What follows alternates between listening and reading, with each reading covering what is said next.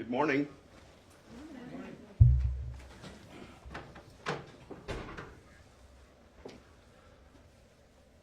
You guys ready? So my name is Captain Ron Mead, and I'm the District 2 Commander for Field Operations here in King County. And I'm going to brief you on the series of shootings we had the night of December 6th.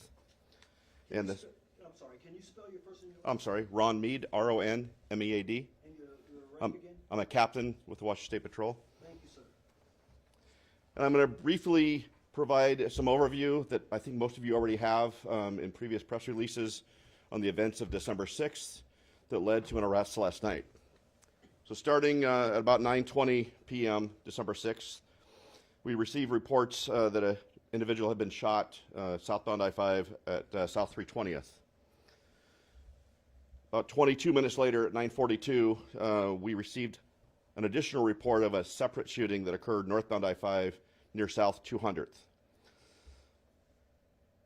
Both of these incidents provided a vehicle description that eerily matched one another. There was a subsequent shooting at 10:27 p.m. southbound 167 near Ellingson. No injuries were reported, and that incident did not have a description of the suspect vehicle. There was a subsequent shooting about 11:30 southbound I-5 near South 320th. No victim was injured, but the vehicle did sustain a gunshot. And the suspect vehicle in that incident was described as a gray mid-2000s pickup, which led us to believe that was not associated with the first three shootings. Subsequent to the press release going out yesterday, two additional victims came forward, indicating they had been victims of shootings on our freeway system. The first occurred about 9 p.m. on State Route 518 to southbound I-5, and a bullet hole was found in that vehicle, but fortunately nobody was injured. Also in the south center area of southbound I-5 between 9 and 10 p.m., an additional victim came forward, being shooting number 6, indicating they had been a victim. No injuries, again, fortunately occurred in that incident, and we did not have a description of the suspect vehicle. The suspect vehicle was identified based on descriptions from the first two victims, traffic cameras in the city of Tukwila, and an alert from multiple flock systems, both in the city of Auburn and Tukwila. And through the tireless work of our WSP detectives, we were able to develop a vehicle of interest. Law enforcement agencies countywide have been alerted to the description of the vehicle and the suspect. Shortly after 10:30 p.m. last night, troopers received information the vehicle was in the Auburn area, and they were actively looking for the vehicle in that area. They located it a short time later, parked near a residence in Auburn. Followed a short time, about 6 minutes after they located the vehicle, the individual left the residence in the vehicle. A traffic stop was conducted and the driver was placed in custody without incident. When they contacted the vehicle after the arrest, troopers observed from outside the vehicle a semi-automatic handgun, loose ammunition, and a spent shell casing in the back of the vehicle. The vehicle was impounded and placed into our evidence system and is awaiting further analysis from our crime scene response team. The suspect was interviewed and booked into the King County Jail for investigation of drive-by shooting and assault first degree. The suspect was identified as Marco Antonio Ramos Valdez, a 28-year-old male from Auburn. The investigation is continuing into all of these shootings. I think it's important to point out that we were aided in this investigation by really four important things. First of all, victims that were able to provide detailed descriptions of both the vehicle and the suspect. Dedicated and committed investigators committed to seeking justice for the victims and to prevent further harm to the public. Technology, including traffic cameras and flock systems, that provided further investigative leads on both the vehicle of interest and where the vehicle may be located, or the area that may be located. And finally, and really the most importantly, the alertness and skill of two uniformed troopers that ultimately located the vehicle and were able to safely take the suspect into custody. We have every reason to believe that when these troopers saw the vehicle leaving the residence last night, he was leaving to go commit another series of shootings. I have no doubt that directly because of the tireless work of our detectives and the actions of these uniformed troopers and information from our allied partners, that there were no further victims last night. Further investigative work remains, including awaiting ballistic results that may connect the suspect beyond the 2 shootings we have him arrested for to other shootings, both that we're investigating and additional shootings that allied agencies may be investigating. In my view, the suspect's actions the night of December 6th met the very definition of an active shooter. Rather than shooting in a confined space that we're accustomed to, he used our freeway system to commit carnage, cause injury, and create fear among the people using our transportation system.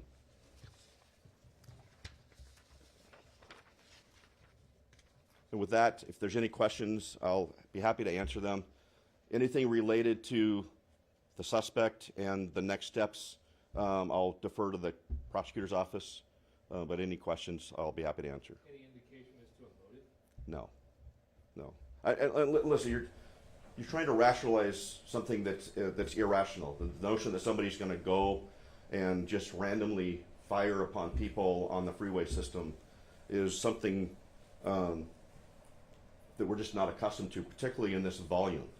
I mean, we have shootings, and I think we're at 48 shootings year to date on our freeway system, but they're usually random.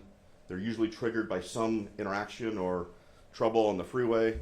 The notion that we have somebody just randomly shooting at random people is just not something we've experienced. And frankly, had the 2 victims that didn't come forward until yesterday come forward that night, we likely would have connected that we have, really far more than a random incident, but a series of incidents that we could have better responded to. So you have no indication that anyone here was targeted, any vehicle was targeted, it was just...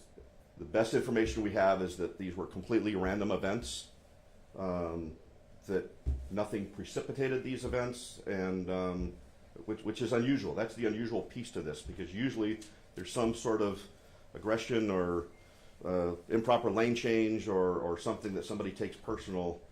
There's no information that any of these people were targeted. They're just random events that somebody chose to use our freeway system to inflict carnage and create mayhem. So, can you rule any of the shootings out as not being connected to the man you arrested of the 6 that we have? Yeah, the one southbound at 320th appears to be unrelated. The timing is poor, but the suspect vehicle differs significantly from the other 2 where we had a solid description. There are 2 that nobody has a description of. I'm sorry, there's 3 that nobody has a description of the vehicle or driver. So. And can you explain how the flock system worked in this case, how it helped? Well, the flock system, so I don't completely understand how the system works, but I do know that the flock system is systems that are used by various police agencies throughout the county. Not every agency, but many jurisdictions have them.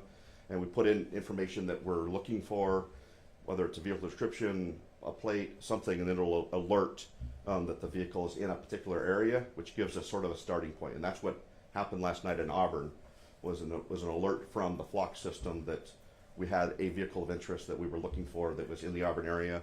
And then it really boils down to old-fashioned police work and just saturating an area and finding a suspect vehicle. The casing you found in the car last night, does that match anything? So we're awaiting. So we're awaiting ballistic results and execution of the search warrant on the vehicle. So just to confirm, the suspect that was arrested was tied to those first 2 shootings in that light blue Nissan Z. That's correct.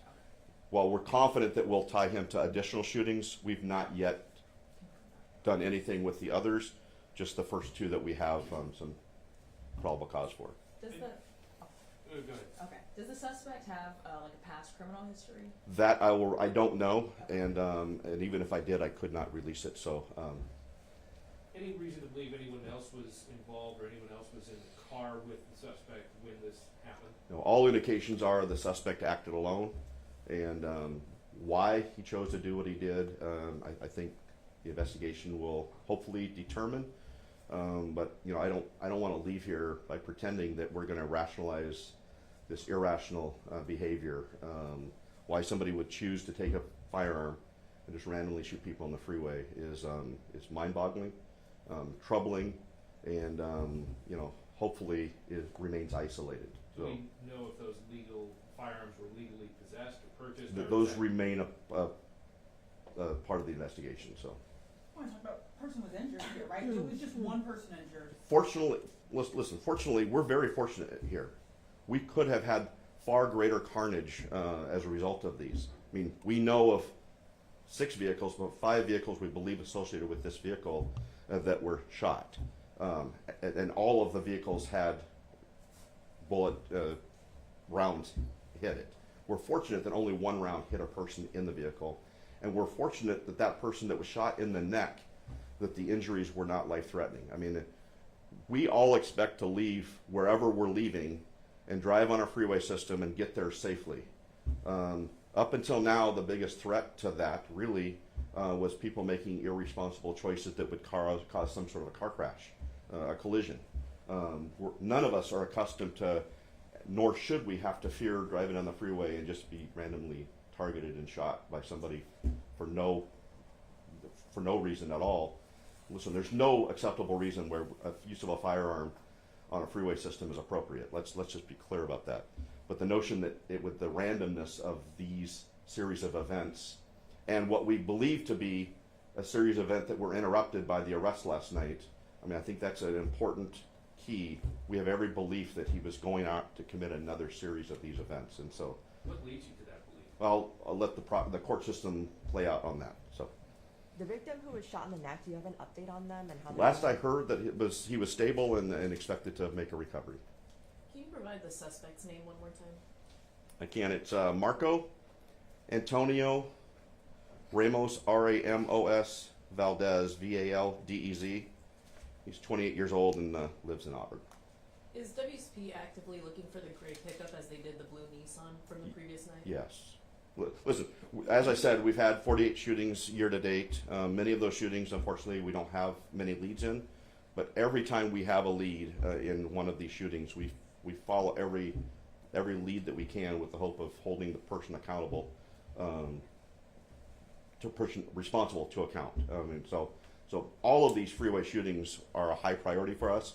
Every one of them are investigated by detectives, and we look for correlation between them and other shootings, not just in King County, but as we know, we have a very mobile society, and what occurs here also affects the freeway system in Pierce County, and what happens in Pierce County also affects the freeway system in Snohomish County. So the important part that I really want to leave with is we take the safety of the freeway system, whether it's from impaired drivers are making poor choices, or people that are creating mayhem like they did Wednesday night, very serious, and we're going to expend every resource to ensure, to the extent that we can, that the freeway system's safe and the people that are creating carnage and causing harm to others are held accountable. Just for context, you said 48 today. Do you know what last year was? It was 54. 54. Can you kind of describe, I mean, freeway shooting, was this 2 cars that are in motion at freeway speed, one shooting at another, out the side of the window, to the back of a car? I mean, Well, you saw I think we sent a photo out that the vehicles were just driving down the freeway.